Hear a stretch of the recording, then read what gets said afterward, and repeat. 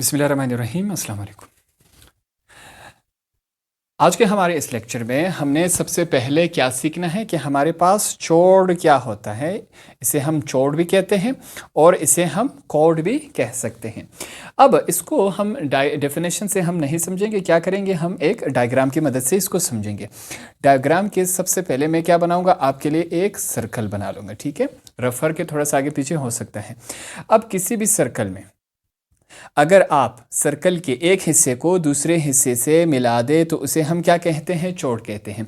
अब ये हिस्सा बड़ा भी हो सकता है, छोटा भी हो सकता है, सर्कल के किसी भी हिस्से में हो सकता है। अब ये भी एक चोड़ है, हमारे पास ये भी एक चोड़ है, यहाँ हमारे पास ये भी एक चोड़ है, ठीक है। इसे भी हम एक चोड़ कह सकते हैं, जो पूरा एरिया है हमारे पास। तो हमने क्या सीखा कि चोड़ में हमारे पास सर्कल के दो हिस्सों को अगर आपस में एक लाइन की मदद से आपस में मिलाया जाए तो उसे हम क्या कहते हैं, कोड कहते हैं। अब यहाँ पर एक हमारे पास एक शर्त है कि ये जो हम लाइन लगाते हैं ये सर्कल के सेंटर में, ये जो हमारे पास सर्कल का सेंटर है इस सेंटर में से नहीं गुजरना चाहिए। लाइन होगा, सर्कल के दो हिस्सों को मिलाएगा, कहीं भी हो सकता है सर्कल में। शर्त क्या है, कंडीशन क्या है कि हमारे पास ये जो लाइन है सर्कल के सेंटर में से नहीं गुजरेगा। तो यहाँ हमने ये बात सीखी। इसे हम क्या कहते हैं, चोड़ या कोड कह सकते हैं। छोटा या बड़ा इससे हमारे कोई ताल्लुक नहीं है।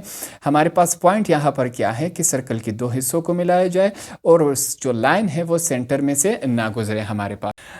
अब जो हमारे पास सेकंड हमारा टॉपिक है वो हमारे पास क्या है, डायामीटर। अब डायामीटर हमारे पास मैथमेटिक्स में बहुत दफ़ा हमारे पास सामने आया है।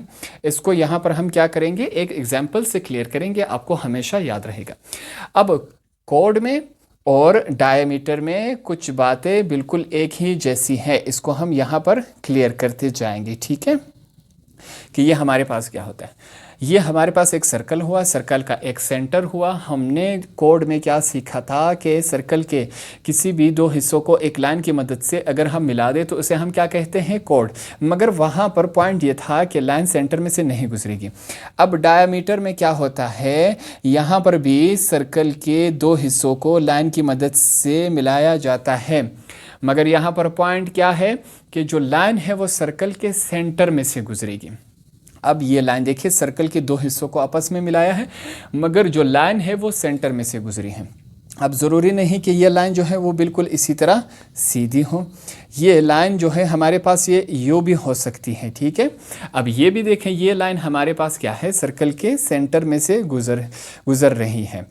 अब किसी भी पोजीशन में से अगर आप इस लाइन को गुजार दे, यहाँ पर हमारे पास शर्त क्या है कि सेंटर में से गुजरनी चाहिए ये लाइन। तो इसे हम क्या कहते हैं, इसे हम कहते हैं डायामीटर।